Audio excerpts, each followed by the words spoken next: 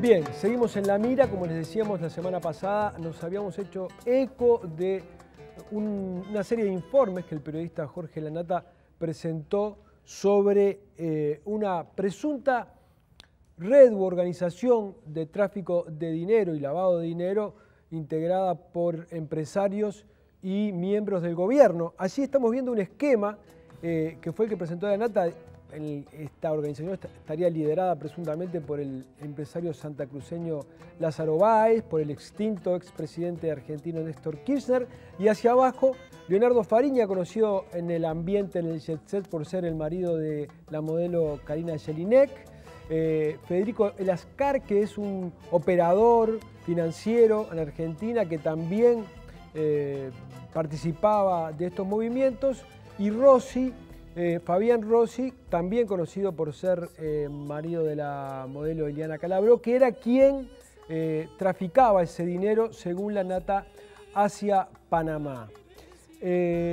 ¿Por qué nos hicimos eco? Bueno, porque en determinado momento del programa se mencionó que el dinero llegaba en valijas desde Uruguay. Allí, son palabras de Lázaro Báez. El dinero llegó en valijas desde Uruguay, algunas en avión, otras en buquebús.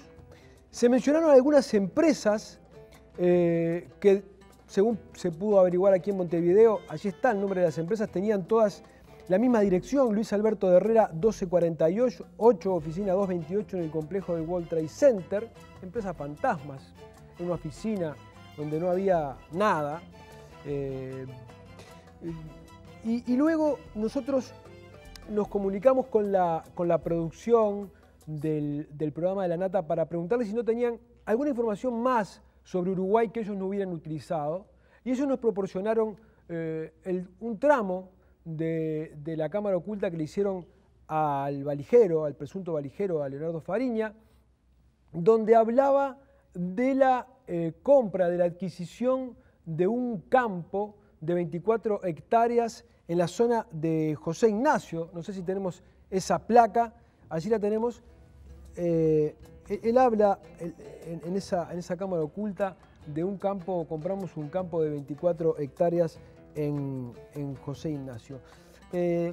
Nosotros, a partir de esta información, averiguamos con algunas inmobiliarias de la zona de José Ignacio a ver cuánto costaba un campo de esas dimensiones, y nos dijeron $4 millones. Luego pudimos ubicar al inmobiliario, al operador inmobiliario que había vendido ese campo, Alejandro Perazo, y Marcela Maceda mantuvo una conversación con él. Vamos a recordar la conversación que tuvo con Perazo. Quería corroborar primero, sí, ¿ustedes realizaron la venta? Sí. En realidad fue a medias con otra persona de Argentina. ¿No se acuerda quién era el titular del campo? ¿Quién fue en ese momento el que adquirió el campo? No me acuerdo. Tendría que revisar. ¿Y se acuerda cuál fue el monto de la venta? Si no me equivoco, 14. ¿14 millones? Ajá, no me equivoco. Y al momento que se realizó la venta, ahí sí usted toma conocimiento, más allá de que representaba a la parte que vendía, ¿quién lo compraba? No. ¿No? No, nosotros actuamos por el vendedor. ¿Y no sabe quién lo compró? Seguramente debe ser una sociedad, pero no. ¿No fue nadie por la parte compradora? Un tipo que vino de Buenos Aires. Así que yo actué por la vendedora, tengo entendido que el dinero todo bancarizado, y cobré una parte, cobré mi comisión, obviamente con recibo. ¿Y en los papeles que recibió no estaba la parte compradora? ¿Era una sociedad anónima? No me acuerdo. No me acuerdo. No te lo puedo decir porque hace bastante tiempo. ¿Y usted no vio nada sospechoso en la venta de ese campo, el monto, 14 millones? ¿Es lo común que se paga en esa zona? Te diría que hasta incluso no fue caro. No fue caro. No. ¿Usted no conocía a la persona que se le vendió el campo o no se acuerda? Yo operé eso con otra persona que vino de Buenos Aires. No, yo solamente fue con la persona, el tipo que me trajo, un campo tal, qué sé yo, tal cosa, ¿qué tenés? ¿No? Como se hace cualquier operación inmobiliaria compartida, ¿no? Perazo no recordaba a quién se lo había vendido, cuando en realidad las inmobiliarias están obligadas por ley a saber pelos y señales y detalles, todos los datos de las personas que compran y que venden una propiedad inmobiliaria, pero sí recordaba que había costado 14 millones de dólares, lo cual a nosotros, si se hubiera tratado de un campo de 25 hectáreas, no nos cerraba, porque nos habían dicho que costaba 4 millones un campo de esas dimensiones. Perazzo hablaba de 14 millones. En ese programa de la semana pasada también estuvimos a Carlos Díaz, director de la Secretaría Antilavado, que ante la evidencia nos decía esto. ¿Qué va a hacer con todo esto? ¿Va a hacer algo?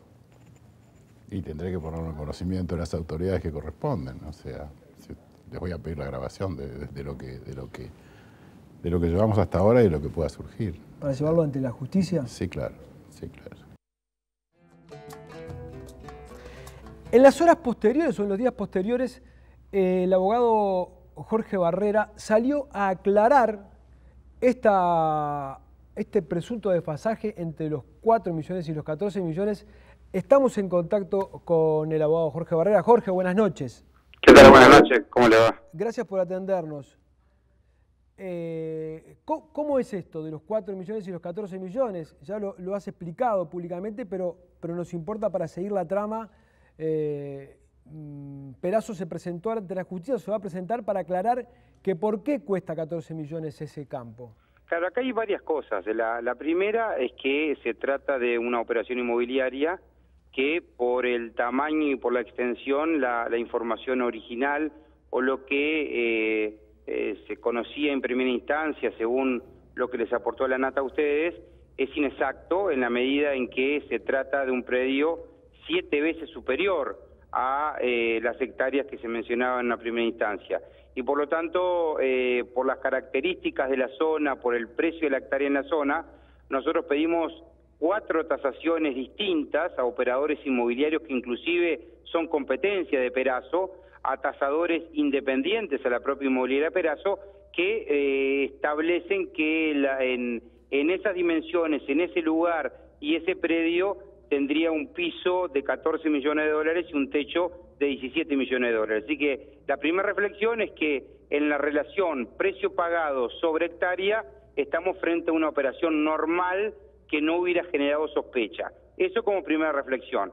Como segunda reflexión, como se conoce todas estas circunstancias, Perazzo lo que hace precisamente es ponerse a disposición de la justicia, no solamente para aclarar estos extremos de la relación de compraventa, sino también para todo dato que pueda aportar o que pueda tener con relación al esclarecimiento de la verdad de los hechos. Bueno, Alejandro Perazzo está a disposición de la justicia. Así que esos son los dos elementos, conjuntamente con la ratificación de que estas operaciones se hicieron por transferencia bancaria, es decir, que acá participaron 2 bancos, porque acá se habla de la participación de un escribano y la participación de mi cliente, pero aquí se hizo esta operación por transferencia bancaria, así que hay 2 bancos que intervinieron, el banco que realizó la transferencia y el banco que recibe el dinero. Así que desde ese sentido los estándares internacionales que se le pueden requerir tanto en la legislación uruguaya como el estándar internacional que el GAFI establece para los operadores inmobiliarios, creo que mi cliente ha actuado conforme a derecho, ¿no?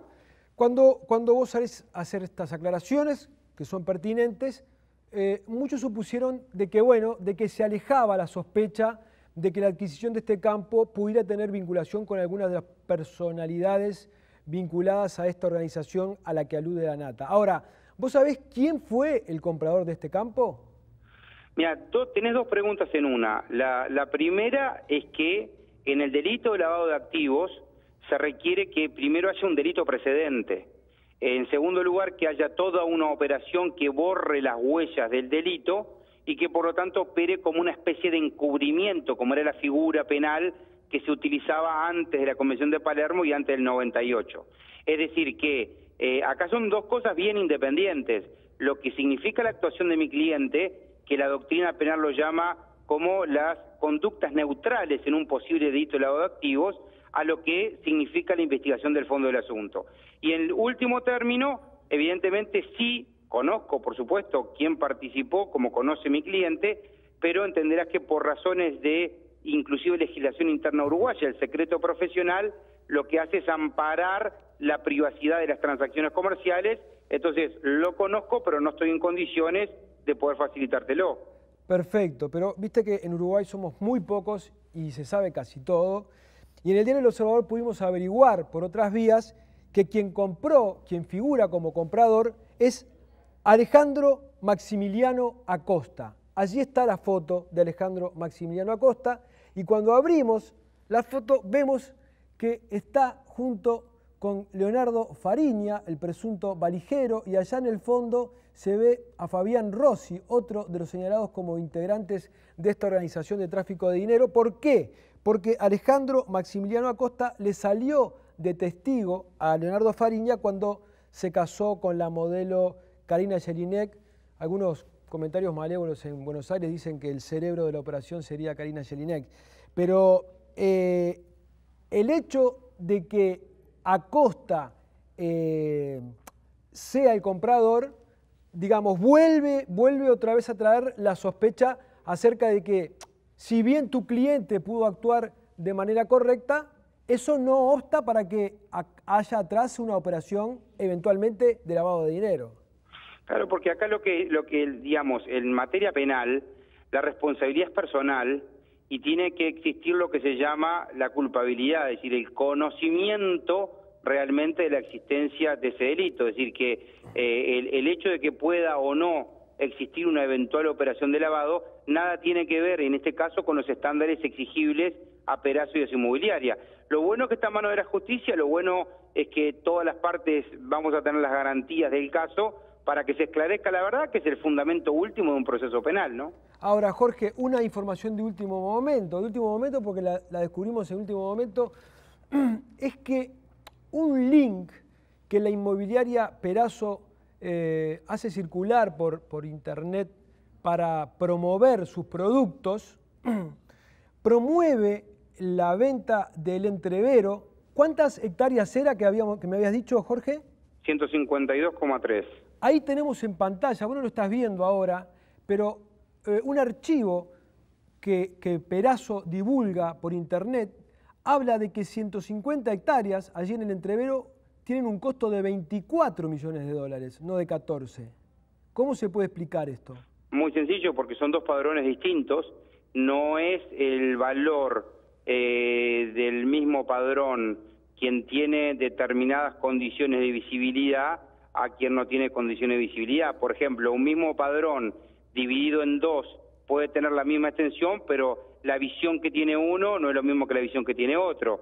Y por lo tanto, acá tenés dos elementos. Primero, el entrevero en sí son dos padrones distintos de esas mismas dimensiones, con visibilidades distintas y por lo tanto con precios distintos, porque es un componente importantísimo del precio. Pero además es el precio, digamos, que se promueve, que como toda transacción comercial, luego tampoco esos 14 millones no fueron fruto de que se pidieron 14 y se llegó a 14. Cuando uno va a comprar un auto, una casa y cualquier bien inmueble, siempre hay un proceso de comercialización que lleva a que la oferta final no necesariamente es la oferta primaria, así que pero de 24, Jorge, lo único que hace es ratificar que es más, la información de último momento ratifica que la postura de mi cliente es correcta. Pero de 24 a 14 es mucho, ¿no? Bueno, lo que pasa es que primero hablemos porcentualmente. Claro que evidentemente $1 millón es mucho, inclusive, pero una operación de 20 millones de dólares, $1 millón es porcentualmente muy poco. Pero además en este tema hay, por ejemplo, puedes construir o no sobre la playa. Eso es un diferencial que es importantísimo, que puede hacer subir el valor de la propiedad en forma importante. No es lo mismo que yo tenga un terreno con vista al mar, que yo tenga un terreno que puedo construir y tengo una especie de playa privada. Es decir, el valor de los inmuebles tiene una relación no solamente con la extensión, que es uno de los parámetros, sino también de la potencialidad que tenga ese terreno, ¿no? Como, por ejemplo, no vale lo mismo la tierra en Soriano que en La Valleja.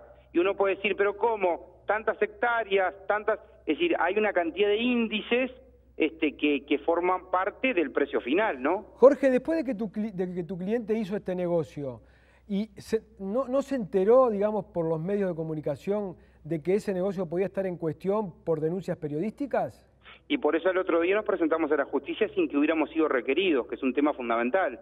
Es decir, acá en el Uruguay una persona, en definitiva, puede o esperar que le llegue la citación penal, que es la mayor parte de las situaciones, que se investigue y si hay mérito de una acción penal, esperar el cedulón o la citación, o la otra tener una actitud proactiva, que fue la que conversamos con Alejandro Perazo, hicimos. No hay nada para esconder en nuestra conducta, en nuestra actitud. Aquí estamos, se actúa de acuerdo a los parámetros internacionales, acá estamos para presentarnos y colaborar. Jorge, te quedo muy agradecido por el contacto, ¿sí? Un fuerte abrazo. Que pases bien. Muy bien, allí está la información, está toda en manos de la justicia y, como es habitual en La Mira, le seguiremos los pasos a este tema de aquí en más. Nos vamos a la tanda y ya volvemos.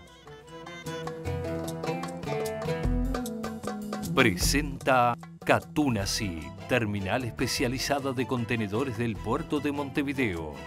Jaume Iseré, su socio estratégico en comercio exterior y logística. Beneficia, el plan de soluciones de salud, seguridad y servicios más completo del país.